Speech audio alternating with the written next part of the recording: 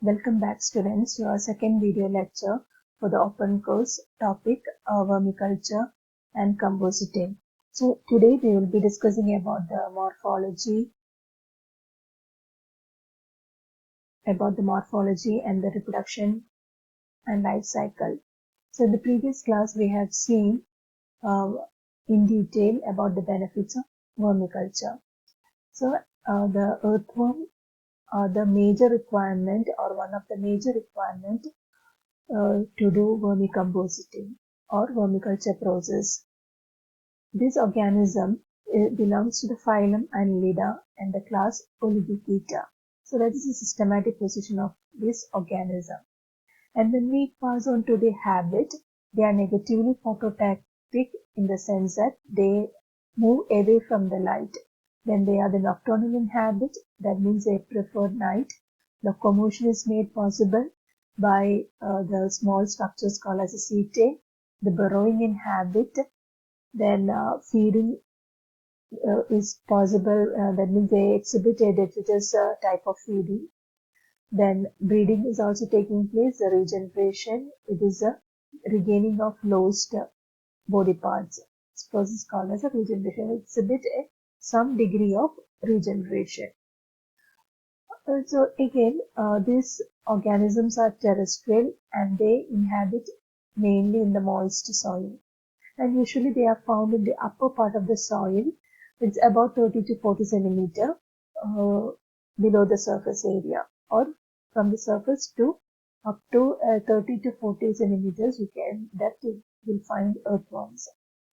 Then at the daytime they live in the burrows and they are the nocturnal habitat, and during the rainy season they come out of their burrows and they crawl on the ground, and during the winter season they found close to the burrows by the leaves and debris, and it's actually to warm the burrows.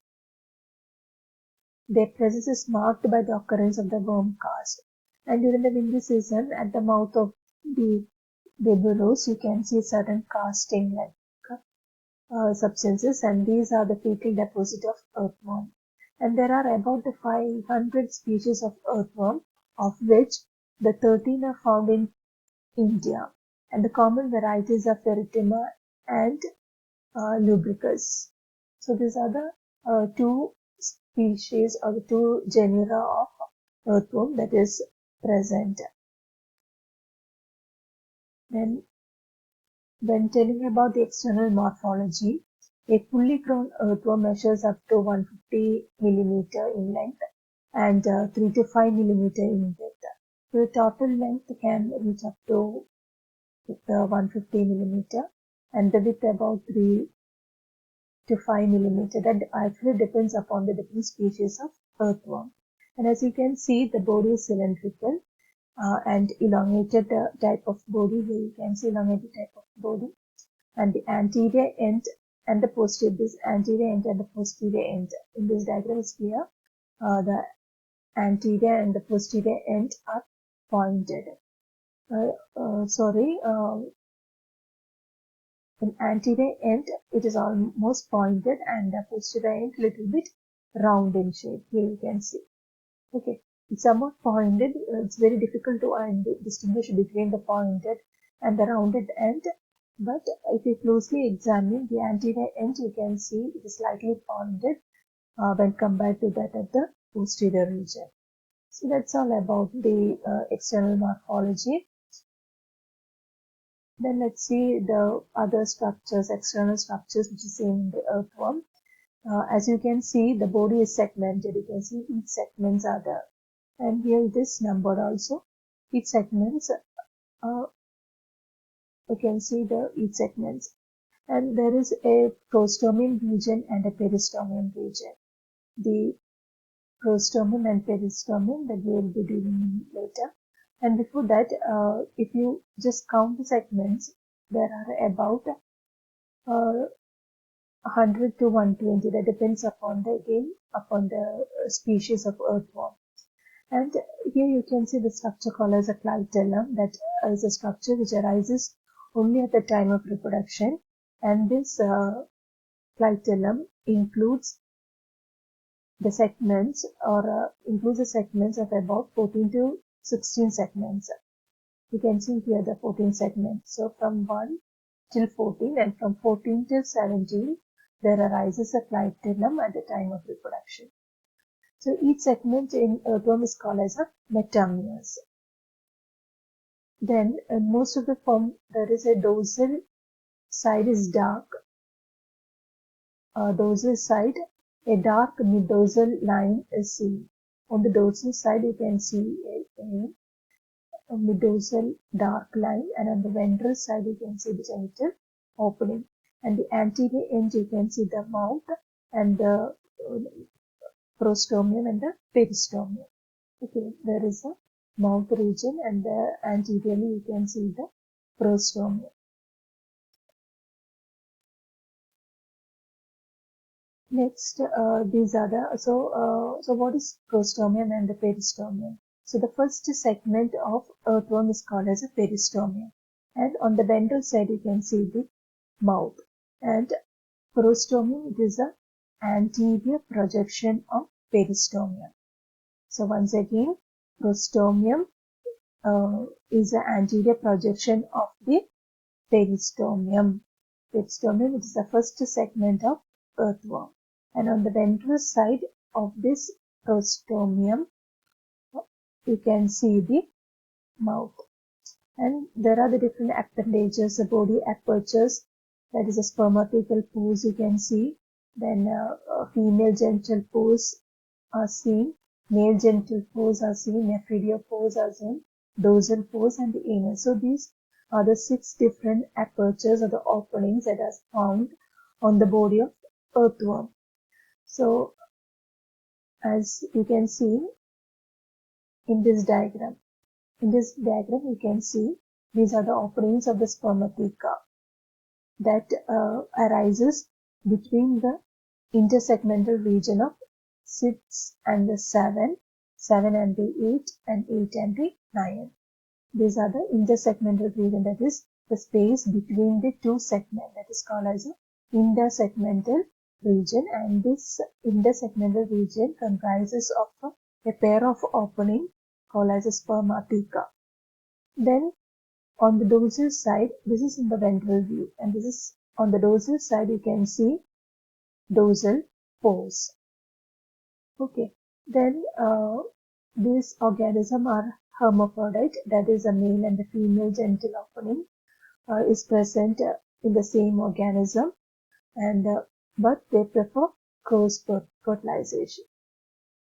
Okay, then we pass on to the internal anatomy. It is having a body wall covered externally by a thin non-cuticular layer. It is a soft-bodied organism. Then inside there is a cavity, a coelomic cavity is present. Then a lot of secretory glands and columnar cells are present. So you need not study about the internal morphology in detail. So it's just a cross-sectional view of internal view of an earthworm. So outside you can see the cuticle followed by the epidermis, then the muscle layers and the coelomic epithelium. So these are the layers of tissue that you can see in the earthworm. Okay, then this structure, when we closely examine the tears of earthworm, you can see the numerous chitinous structure called as a setae. Setaes are present. These are the small projections, and these setaes arises from the general body surface, and these structures helps in the locomotion. Okay, just for an information. Then this digestive system is little more important in the point of view, and this digestive system is a straight tube and that runs first to the last segments. The digestive system starts from the first segment and it ends in the last segment, and it consists of mouth, that is a peristomium region. Then there is a buccal cavity followed by pharynx, esophagus, a muscular gizzard, stomach, intestine, and anus. So that is a basic pattern of a digestive system. So our earthworm is also having the same organs in the digestive system. Then excretory system is mainly composed of nephridia. And you can see the nephridia pores are also present on the body wall of earthworm. Then nervous system is present. Then we will pass on to the reproductive system. That's important portion that you have to learn. Then earthworm, it is an hermaphrodite, that is, it is bisexual. That is, male and the female reproductive structures are the same in the same organism. The male reproductive organs includes testis, seminal vesicles, seminal tubule or seminal funnels, vasa differentia, and prostate gland. So these are the basic male reproductive organs that you can see in an earthworm. Then these are the structures of the female or the female reproductive system composed of ovaries, oviductal funnel, oviduct and spermatheca. So these are the parts of a female reproductive system. So you just want to know only that these earthworms are hermaphrodite and both the male and the female reproductive structures are same in the same individual. And so they are called as a hermaphrodite. But self-fertilization is not promoted, but they cross-fertilize.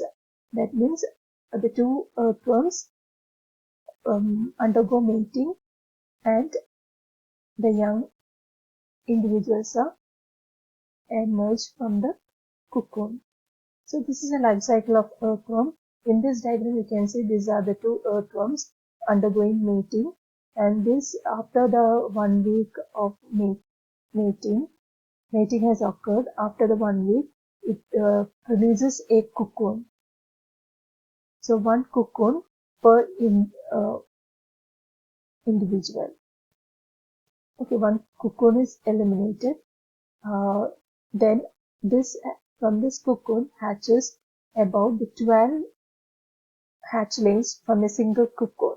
So a single cocoon, 12 hatchlings arises, and after the 4 week, it undergoes or it develops into a mature worm. Okay, so this is about the life cycle, and this takes place only if the temperature is about 25 degrees Celsius and it is having a comfortable moisture level of about 75%. Okay, so when we say in detail about the life cycle is important. The study of life cycle is most important because it has its application in vermiculture, and whether the earthworm species is chosen for the study are epigenic, acinic or endogenic. The nature of their differential food trophism has allowed exploitation in their potential. So depending upon the type of the earthworm, it has a different potential in producing the vermicompost. So fertilized eggs are usually contained in this type of cocoons. So worms shed after mating, they shed a cocoon, and the embryonic development takes place inside this cocoon, and which has an incubation period of about 15 to 18 days, after which they hatch out 14 to 15 days, that is approximately 2 weeks, and from that cocoon about 12 hatchlings arises, and that hatches out by piercing the wall of the cocoon, and this juvenile grow into the next stage of the life cycle, that is a non-chelate stage. Only a short duration, a non-chelate worm arises. A non-chelate worm, here you can see a non-chelate worm. A non-chelate worm arises, and at the end of the growth forms, the worms develop clitellum. Here you can see the clitellum. Develops a clitellum, and at the end of this growth phase, the worms develop a clitellum and are called as clitellate. And this growth stage is followed by the reproductive stage when the worms copulate. Then the same process repeats, and about 10 days after copulation, the worms begin to shed their cocoon in the soil, and thus the life cycle is completed. Okay, thank you.